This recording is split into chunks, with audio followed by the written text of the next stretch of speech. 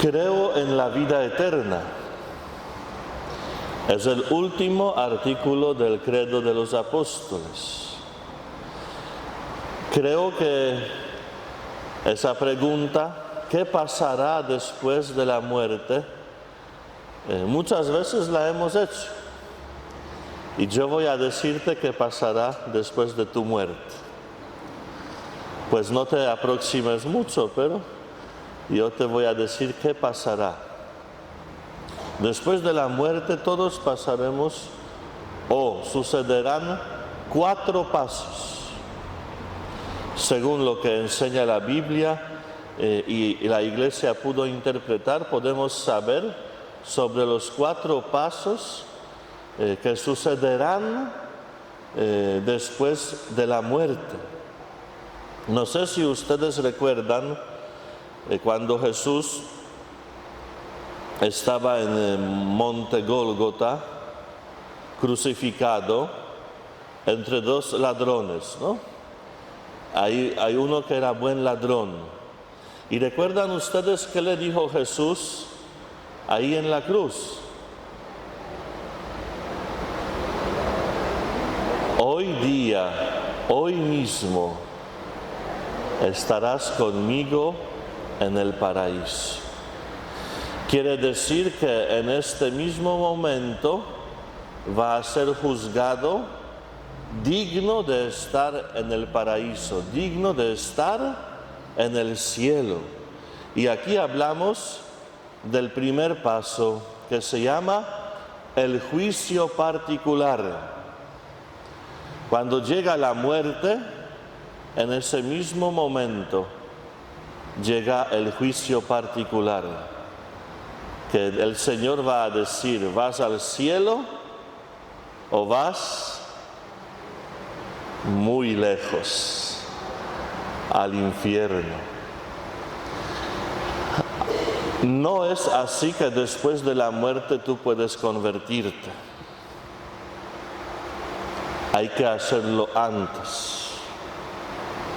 Y fíjense qué peligro corren las personas que no se confiesan, que viven en pecado. Popularmente se dice, no puedo comulgar, pero esa no es cuestión si puedes comulgar o no. La cuestión es que tú escoges el camino que no va al cielo si no comulgas, si no te confiesas, si no abandonas el pecado. Por eso cuando veo las personas que viven juntos, todavía no se han casado, primero lo que les digo, a Padre David le gusta casar. Porque se trata de su elección, de su elegir el cielo o el infierno. Y después de la muerte ya es tarde. Eso hay que hacer aquí. Piense que las realidades después de la muerte dependen de nuestra vida hoy, de nuestras elecciones hoy. No sé si se dieron cuenta ustedes que ayer los caraquistas, no me gusta decir eso, pero han ganado contra los tiburones, ¿no? Los tiburones quedaron fuera. Y no puede cambiar eso. El que se confiesa, el que va a Eucaristía, el que comulga, el que abandona pecado, es como los caraquistas. A último momento, pues ganaste. Y el que no se confiesa, el que no vive en la Eucaristía, pues no entrará. Es gracioso cuando se trata de béisbol, pero no es tan gracioso cuando se trata del cielo y del infierno. Entonces, ojalá que nosotros vamos a luchar a toda la costa durante nuestra vida para entrar al cielo, para ganar el cielo. Y la Iglesia claramente dice, hay que vivir la vida en gracia en presencia del Señor. Quiere decir sin pecado mortal.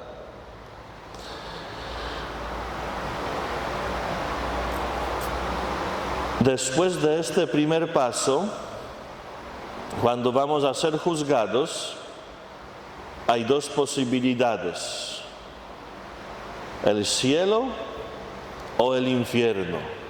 No hay tercer camino. Hace poco habían en mi país votaciones de elegir partidos, ¿no? Y hay dos partidos que siempre pelean mucho uno contra otro, ¿no? Entonces nació tercer partido que se llama Tercer Camino. Y los jóvenes votaban por Tercer Camino porque estaban cansados de los viejos partidos, ¿no? Pero los viejos, que son más astutos, sabían que ese Tercer Camino igual es uno de los partidos, sino bien ahí maquillado para que no se vea, ¿no? Porque no hay tercer camino, ni en política, ni en el cielo, ni después de la muerte. No hay tercer camino. O camino del bien o camino del mal. ¿Y quién llegará al cielo? Los que mueren en la gracia, quiere decir sin pecado mortal. Aquí quiero hacer una aclaración. Cuando peleas con tu esposo, eso no es pecado mortal. Pero cuando le das una bofetada, ahí ya sí. Que a veces vienen las personas, se confiesan de esos pecados que no son tan graves y ya piensan que perdieron la gracia. No, la gracia la perdemos, el pecado mortal, cuando es grave. Cuando me vas a decir que soy feo, pues aparte que es mentira, tienes pecado solamente venial, porque ofendiste a un hombre guapo, hermoso, ¿no? Pero si vas a mentir y ganas con eso $1.000.000, ahí hay pecado mortal, porque consecuencias son graves. Entonces el que está en pecado mortal no vive en gracia. Y los que mueren en gracia y la amistad de Dios, y tercer requisito, están perfectamente purificados. Quiere decir, no tiene ningún apego al pecado. Ya no quiere pecar y ni siquiera tiene esa inclinación al pecado. Todo puro. Por supuesto, ninguno de nosotros no vive así. Nos confesamos, no queremos pecar, pero esa inclinación ahí siempre hay, ¿no? Entonces solamente esos perfectos entran al cielo. Los que mueren en gracia, en amistad, pero todavía no son puros perfectamente, no entran al cielo. ¿Qué pasa con ellos? Ya deben saber, porque ya varias veces lo he dicho en noviembre. Viven en purgatorio, donde serán purificados para estar perfectamente puros.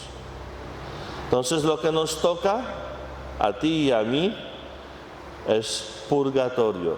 Es lo más probable donde llegaremos, porque nos confesamos, tratamos de vivir en gracia. Al menos alguno de ustedes no se confiesa, pues después vamos a decir dónde va, o no vive en gracia. Pero nosotros, los que luchamos por vida en gracia, por amistad con Dios, los que celebramos las Eucaristías, hacemos obras de caridad, aunque de vez en cuando o muchas veces pecamos, no somos perfectamente puros, pues luchamos por esta gracia, luchamos por esa amistad.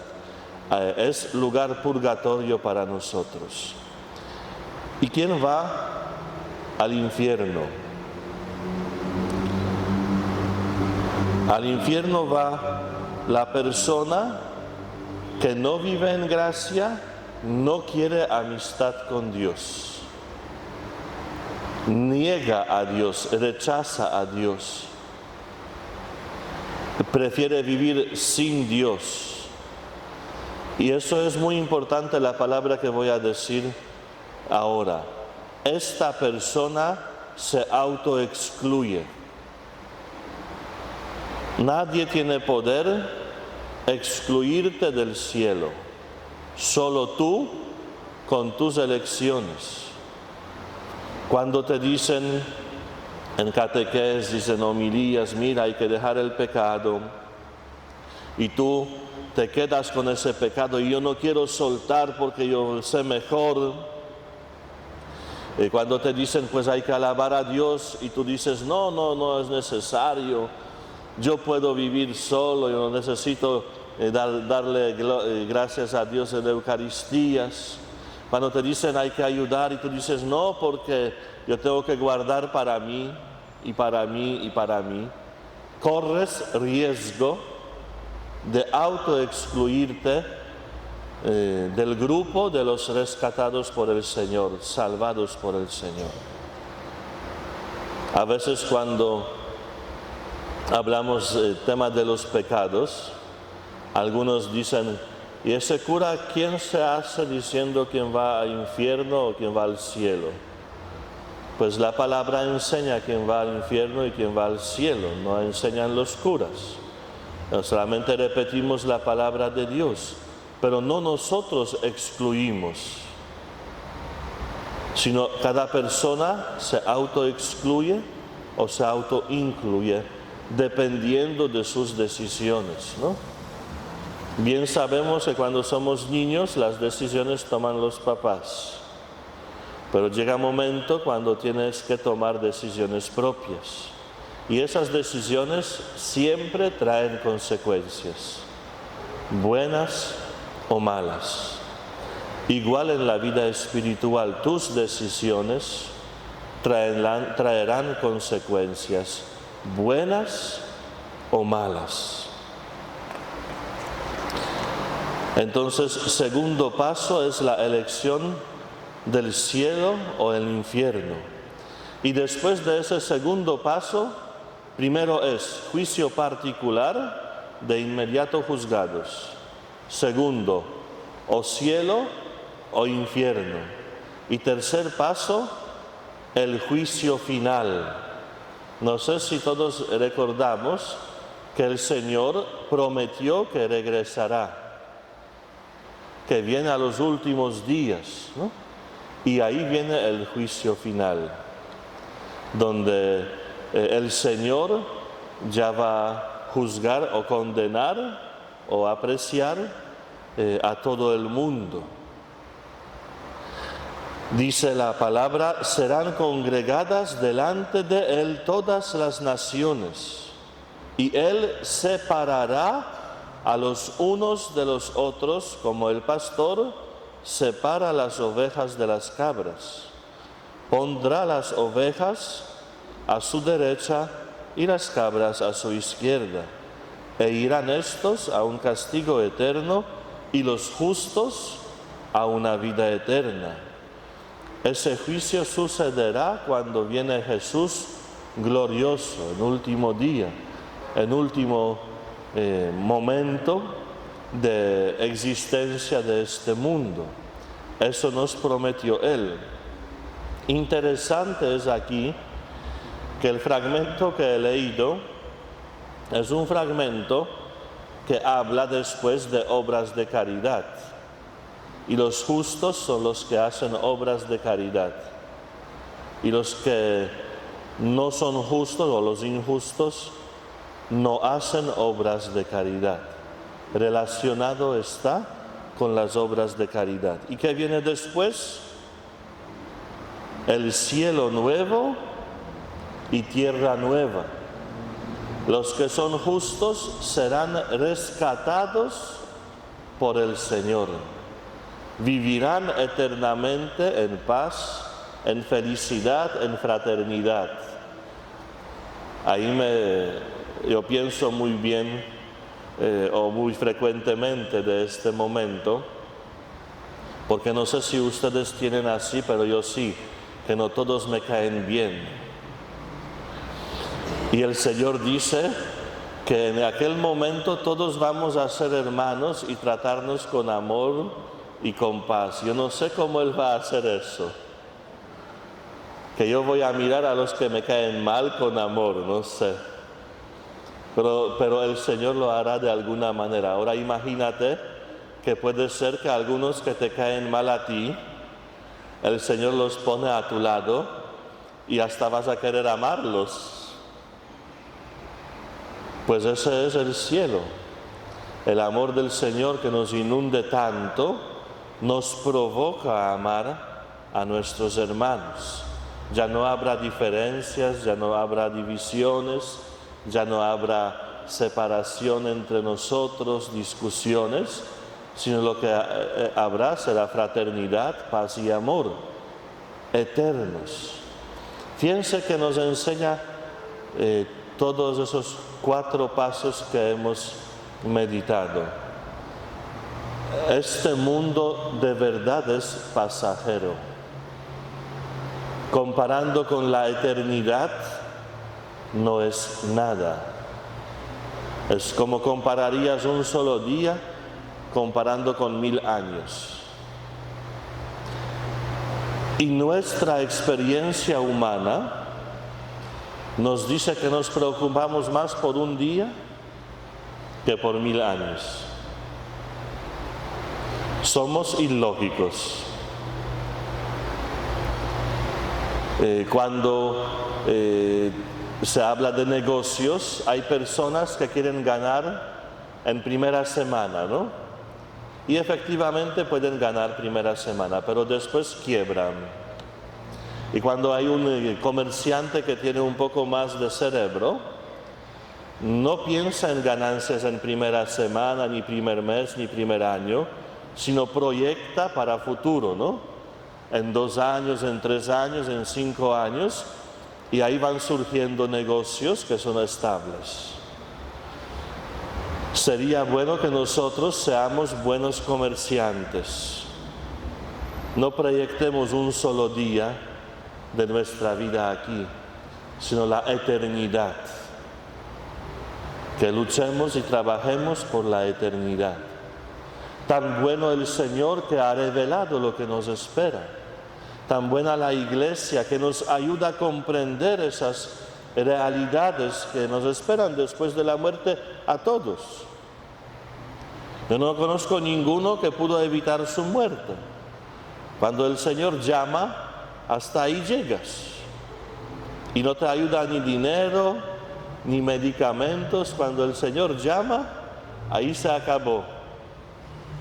O mejor dicho, ahí comienza la eternidad. El tiempo más largo, más grande. Entonces, desde hoy hay que luchar por la eternidad. Antes de ayer no les dejé una tarea, hoy sí voy a dejarles. Ya sabiendo todo eso, les invito a pensar en sus seres queridos que ya han partido de este mundo. Seguramente que en Navidad también los recordamos, ¿no? Pero pensarlo de manera cristiana. No solamente qué bonito que pudimos vivir con ellos, o qué bonito sería que estén aquí, sino vamos a ocuparnos de la salvación de ellos. ¿Cómo? Orando por ellos. Hoy te invito que un día, un momento de oración, cuando vas a tener un poco de espacio libre, que te sientes y ores por cada uno de los difuntos que amas, para que Dios les vaya cortando el purgatorio y puedan llegar al cielo, estando eternamente felices en la amistad con Dios, en su gracia y siendo perfectamente puros. ¿Amén? ¿Amén? Ok, vamos entonces a seguir con la oración de los